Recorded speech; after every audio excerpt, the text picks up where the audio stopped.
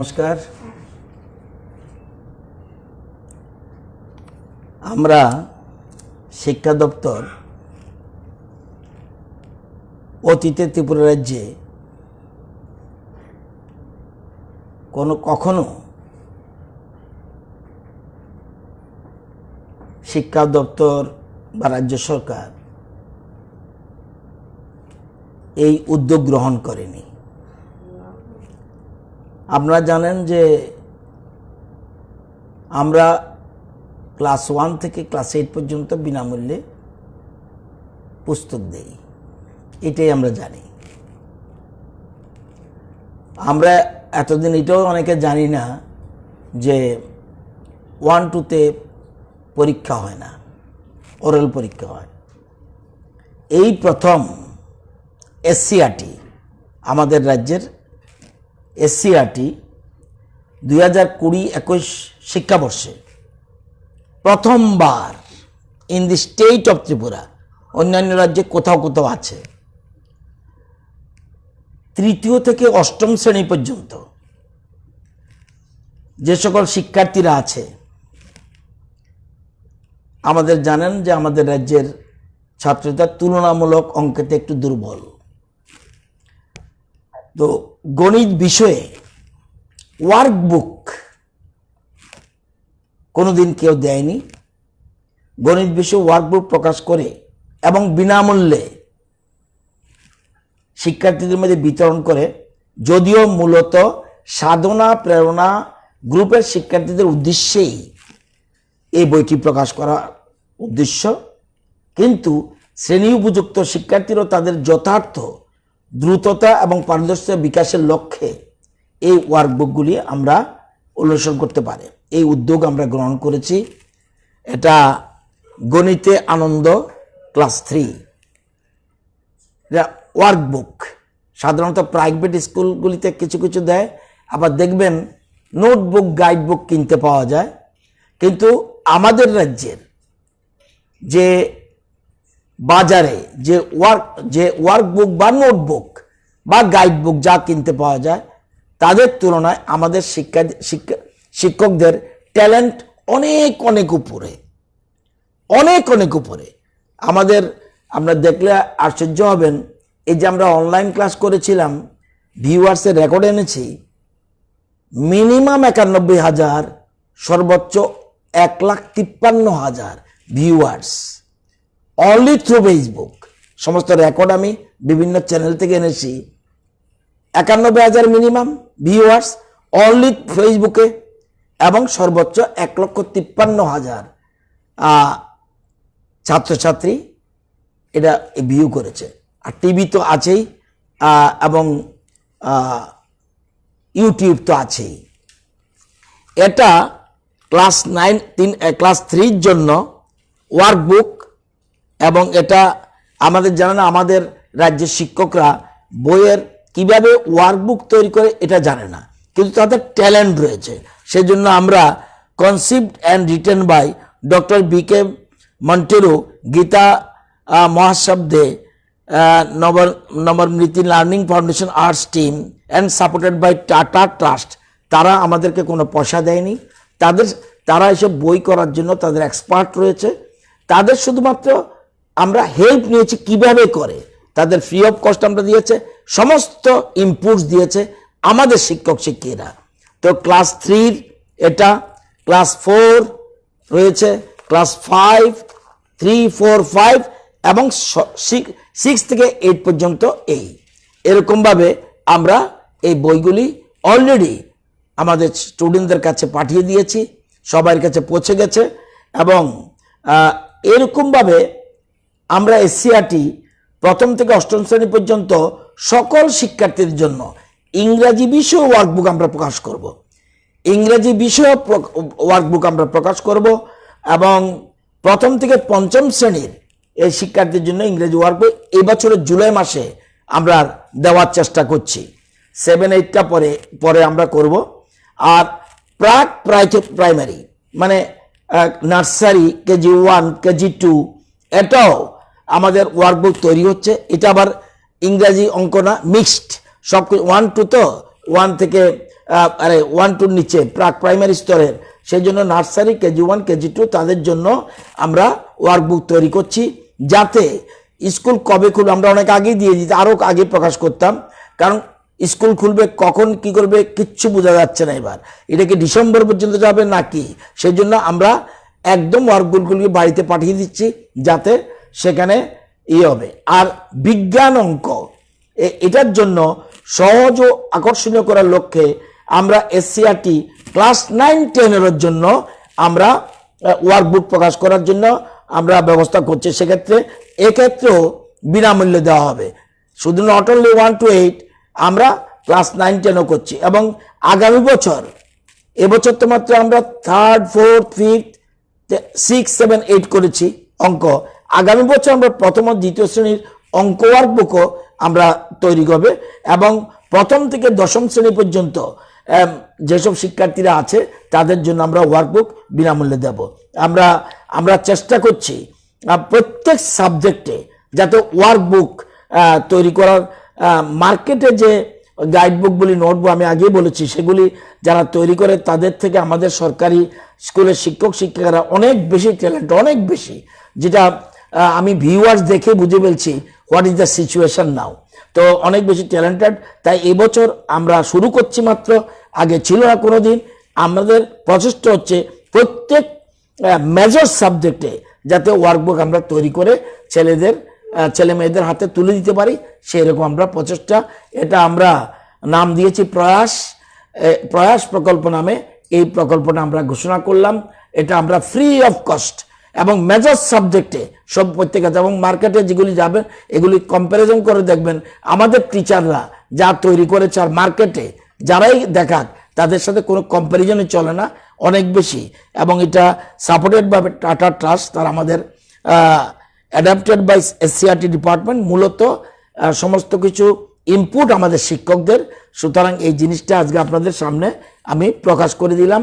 Already বই পৌঁছে গেছে সব জায়গায়, বাড়িতে বসে এই ছেলে মেয়েরা এটা দেখবে অঙ্ক, আবার জুলাই মাসে আমরা দিয়ে দিচ্ছি, ইংরাজিও পাঠাচ্ছি।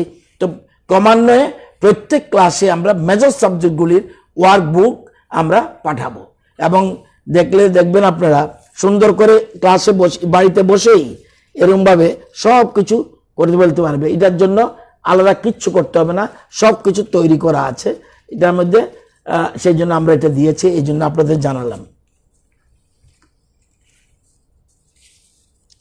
এটা আমরা পয়সা স্টেট গভর্নমেন্ট দেয়নি, শুনলে আশ্চর্য হবেন, এটা আপনাদের জানা থাকা দরকার।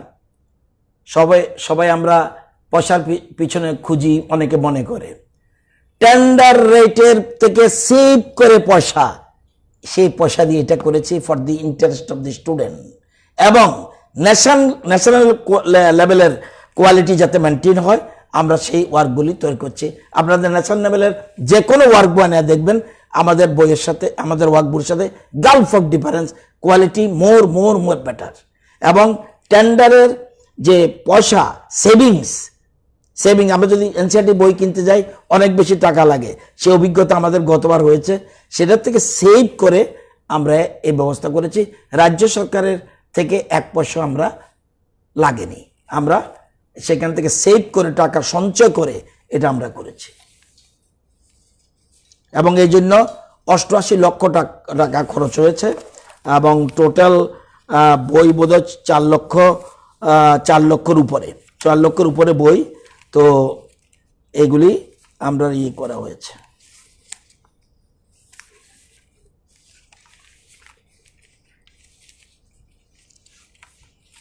দুই,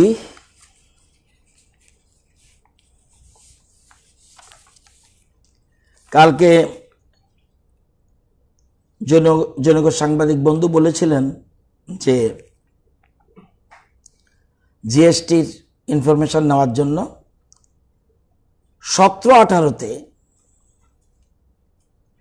অ্যাকচুয়াল কালেকশন 1452 কোটি, 18-19-তে টার্গেট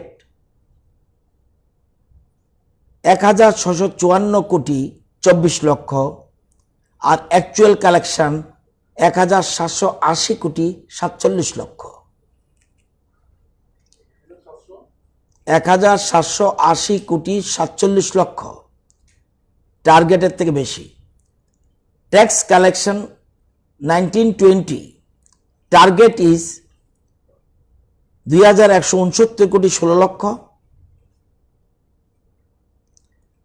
অ্যাকচুয়াল কালেকশন 2,100 কোটি 78 লক্ষ। এবং 20-21 আমাদের টার্গেট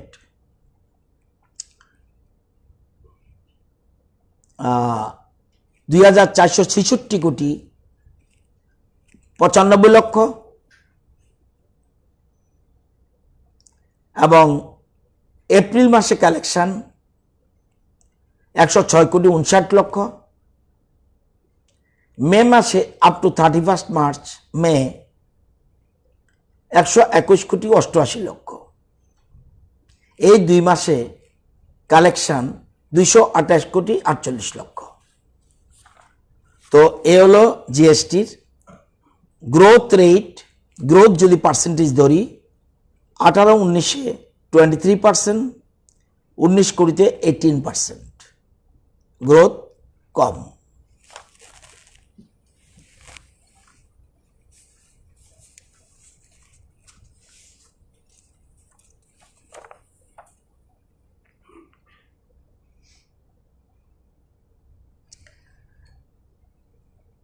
বাংলাদেশ থেকে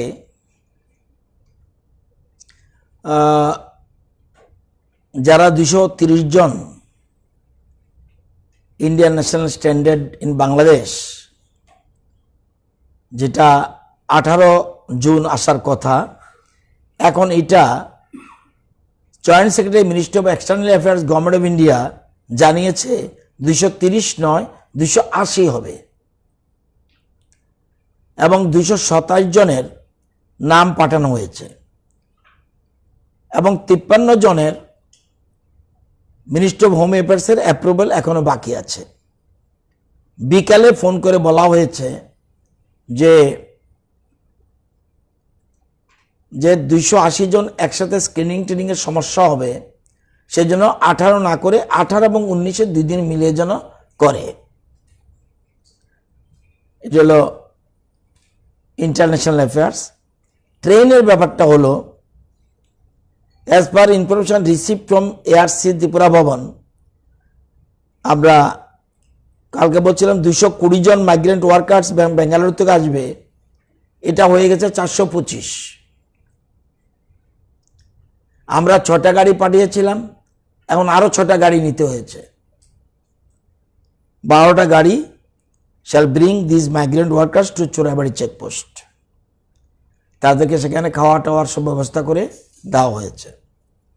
এবং as per telephonic information receive from ARC Tripura Bhavan Guwahati, যে 134 জন migrant workers and standard persons in Tripura shall, আগামীকাল আরও 134 জন আসবে এবং এদের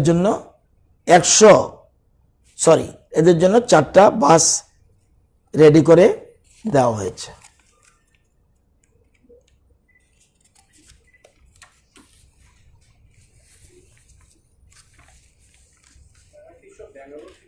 Bangalore, all Bangalore.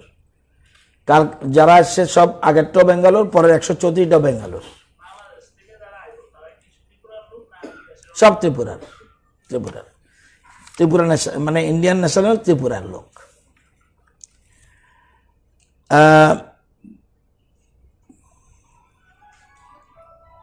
All world figure 79,24,527।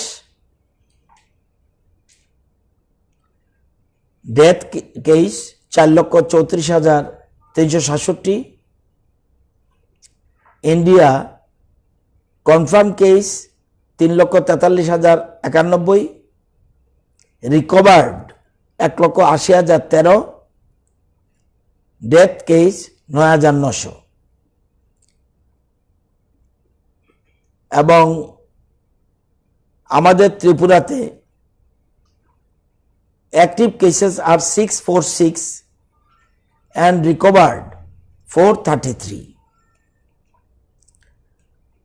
Total personal under surveillance 43,376, 14 দিন কমপ্লিট হয়েছে 37,089,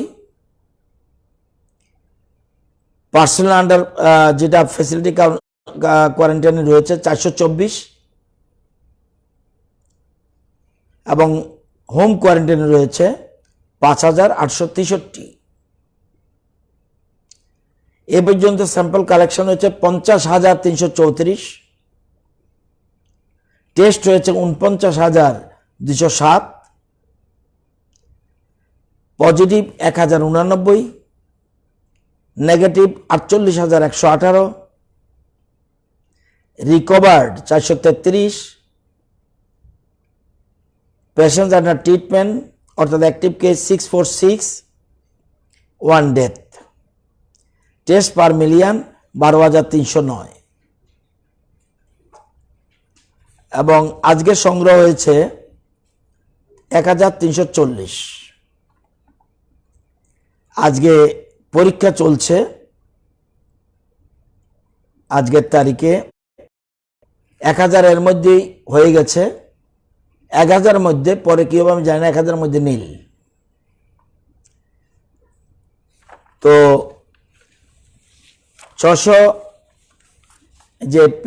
531 জন চোরাইবাড়ি দিয়ে এসছে আজকে, এর মধ্যে 159 truck drivers, 19 medical, 353 standard persons. এখন এই যে যারা 646 এরা শহীদ ভগৎ সিং এর 60 জন আছে, Hapania international fair ground 167, PRTI Udaipur 27, Sagarmahal 60, polytechnic institute hostel Ambassa 5, BSF dedicated COVID health centre 14, AGMC 83, boys hostel of Tripura sports school Badharghat 148, Lal Singh Mura PHC 50, Debdaru PHC 8, PRTI Kumarghat 9, army hospital Agartala 1। এর মধ্যে 14 জন অনওয়ে, যারা এর মধ্যে 14 জন অলরেডি ঢুকে গেছে। শহীদ ভগৎ সিং এ 4, 9 বাদারঘাটে, আর একজন রয়েছে দেবদারু পিএইচসি। এই হলো টোটাল পিকচার। এবং এখন বর্তমানে 3টা ব্লক নিয়ে 18টা কন্টেনমেন্ট জোন আছে। আগের থেকে কমে গেছে, ডিনোটিফাইড হয়ে গেছে। এখন আছে পাণ্ডবপুর জিপি ওয়েস্টের পাণ্ডবপুর জিপি, ওয়েস্টের সুবলগড় পাড়া ওয়ার্ড নম্বর 2, আর একটা 2nd battalion TSR camp Arkenagar barrack. সিপাহীজলাতে 325, চাঁদমিয়াপাড়া গজারিয়া বিশালগড়, মহন্তপাড়া দয়ারামপাড়া জম্পুজলা এবং 3টা ব্লক এলাকা। গোমতীতে 5টা জায়গা, Barbaiya GP Bagma, Ramkrishnapara Dhwajanagar GP, Narayannagar colony Rajnagar GP, Madhyapara and Dakshinpara Khilpara, Najila Khampar Killa এই গোমতীতে। সাউথ ত্রিপুরাতে 3টা, 100 নর্থ, টাকাইবাড়ি নলুয়া, আর হলো Satsang Ashrampara ward number 12 total. আর ধলাইতে 1টা with BSF battalion headquarter Jawaharnagar containment zone, and Unakoti Dudhpur GP, Chandipur Para and সরকার পাড়া, এই আমাদের কন্টেনমেন্ট জোন।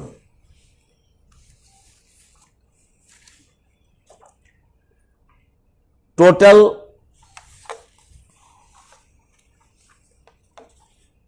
আমরা যদি দেখি যে অ্যাক্টিভ কেসের পার্সেন্টেজ নর্থ ইস্টে অরুণাচল প্রদেশ 92.30%, 92%, আসাম 47.63%, মণিপুর 80.13% অ্যাক্টিভ কেসের, মেঘালয় 38.63%, মিজোরাম 99.14%, নাগাল্যান্ড 50.28%, সিকিম 92.64%, আমাদের 59.41% যে অ্যাক্টিভ কেসেস। এখন পর্যন্ত আমাদের রাজ্যে টেস্ট হয়েছে যেটা পার মিলিয়ন 12,309, এটা আগে বলেছি, এবং অল ইন্ডিয়ার টেস্টের হলো 4,184, আমাদের হলো 12,309।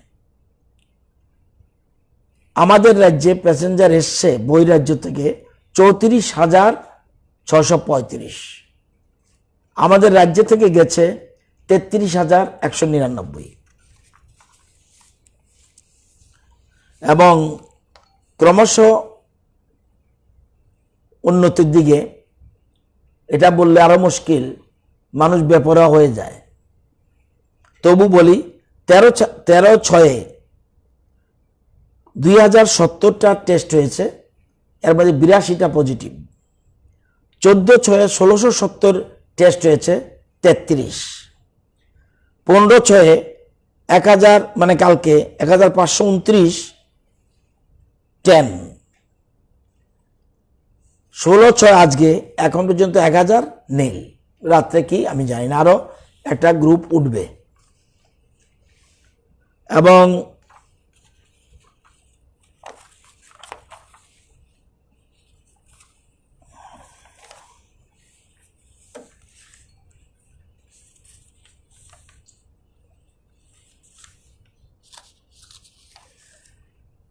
কালকে একজন সাংবাদিক বন্ধু জানতে চেয়েছিলেন আমাদের ভেন্টিলেটর ফর কোভিড কটা আছে।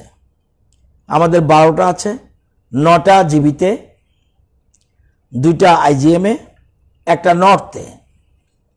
এছাড়া 37টা ভেন্টিলেটর স্যাংশন করেছে সেন্ট্রাল গভর্নমেন্ট অফ ইন্ডিয়া। এর মধ্যে যে কোনো দিন এটা পৌঁছবে। এই হলো আজকের তথ্য।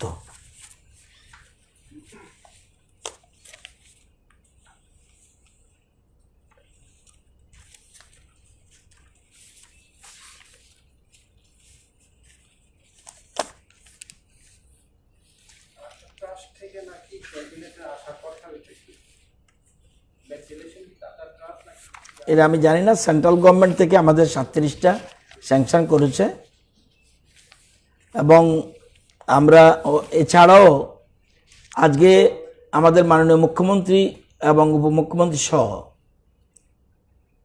আমাদের দলের বিধায়কদের এবং সহযোগী দলের বিধায়কদের নিয়ে, মন্ত্রীদের নিয়ে কোভিড-19 নিয়ে আজকে একটু আমাদের স্টেট গেস্ট হাউসের একটা সোশ্যাল ডিস্টেন্স মেনটেন করে একটা মিটিং হয়। সেখানে টোটাল চিত্র তুলে ধরা হয়েছে, এবং বিভিন্ন বিধায়করা তাদের বিভিন্ন রকম সাজেশন রেখেছেন, এবং মুখ্যমন্ত্রী এই ব্যাপারে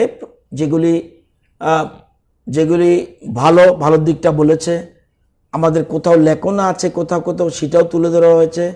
এবং বেশিরভাগ বলছে ভারতবর্ষে এটা কোনো রাজ্যে আমাদের মতো এই যেমন ওয়েস্ট বেঙ্গলে 7 দিন রেখে ছেড়ে দিচ্ছে, কিন্তু আমাদের সবগুলি ক্ষেত্রেই 14 দিন রাখার পরে টেস্ট, যেমন আগামীকাল বিরাট একটা সংখ্যা বেরোবে, আজকেই ফাইনাল হবে রাতে, কিন্তু বেরোবে বিরাট সংখ্যক, তখন আমাদের লোড আরও কমে যাবে। তো আজকের ডিটেলস আলোচনা হচ্ছে, সেই জন্য আমাদের বিধায়কদের জনপ্রতিনিধিদের কী করা উচিত সেই ব্যাপারে বিস্তৃত আলোচনা করা হয়েছে, এবং 11:30 থেকে মিটিং ছিল, প্রায় 3টা পর্যন্ত মিটিং কন্টিনিউ করেছে।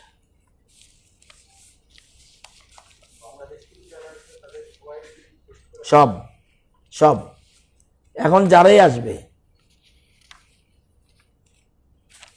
এখন আমাদের মেশিন মোটামুটি 3টা হয়, আরো মেশিন চেষ্টা চলছে।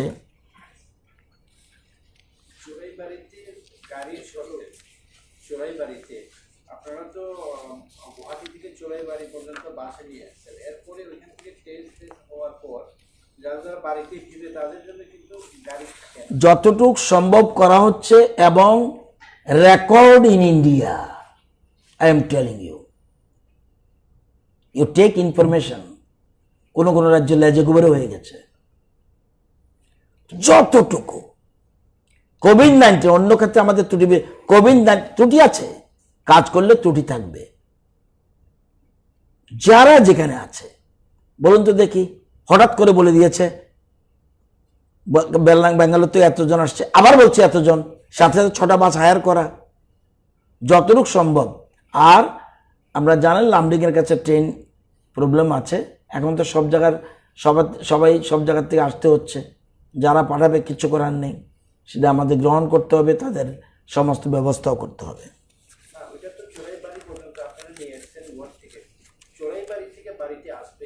বাড়িতে না, মনে হয় না, তবে তবু আপনি যখন বলছেন, কালকে আপনাকে এটা আমি বলবো যে আমরা কি ব্যবস্থা নিয়েছি। হঠাৎ করে একটা মাঝখানে কোশ্চেন করলে তো আমি সবটা রিপ্লাই দেওয়ার মতো, এটা হিউম্যানলি পসিবল না কারো পক্ষে। আপনি যেহেতু বলেছেন, আমি খবর নেব, খবর নিয়ে নিশ্চিন্ত কালকে বলতে পারবো। যদি থাকে আমরা হেল্প করব। এই যেমন ইউক্রেনের কথা বলছে, আমরা অলরেডি টেক আপ করেছি, তাদের আসাম গভর্নমেন্টের সাথে আলোচনা করে তাদেরকে আনার ব্যবস্থাটা যতটুকু আমরা আমাদের আপ্রাণ চেষ্টা করব। আর আপনি যেটা বলেছেন, এখনই গিয়ে আমি টেক আপ করবো আসলে কি ব্যাপার রয়েছে।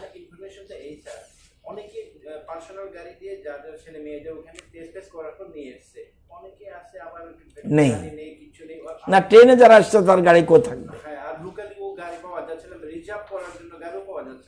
আমাকে বলেছে আগরতলা থেকে কোনো একটা গাড়ি পাঠানো যাবে কিনা, রিকোয়েস্ট করলাম, কেউ যেতে চাইছে না, কারণ পজিটিভ নেগেটিভ হতেই পারে। পরে ওখানে গাড়ির অভাব, চোরাইবাড়ি থেকে কিভাবে আসবে তারা? তো ওইখান থেকে আসার জন্য দেখছি আমি, এটা কি এই যে বাসগুলি যে বলছেন চোরাইবাড়ি, সেটা কি বাসে চোরাইবাড়ি ছেড়ে দিচ্ছে? আমার তো মনে হয় না, তবু আমি দেখছি, মনে হয় না।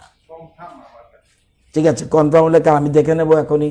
এটা ওখানে ছেড়ে দিলে কিভাবে আসবে, এটা তো প্রশ্ন। গাড়ি তো নট অ্যাভেলেবেল, সব জায়গায় গাড়ি অ্যাভেলেবেল নাই। আর রাস্তাটা খারাপ হওয়ায় সমস্যা হয়ে গেছে।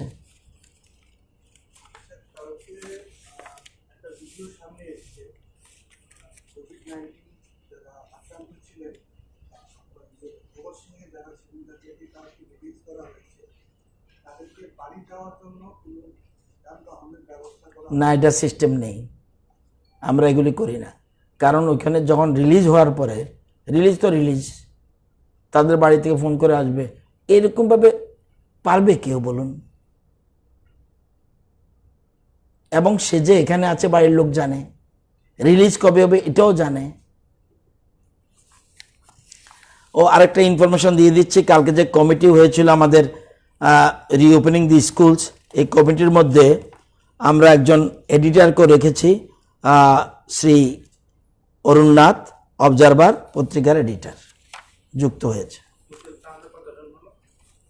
টোটাল 33-এর সাথে যোগ হবে 2জন গভর্নমেন্ট স্কুলের অভিভাবক, একজন প্রাইভেট স্কুলের অভিভাবক, একজন মাদ্রাসার অভিভাবক, আর একজন এডিসির অভিভাবক।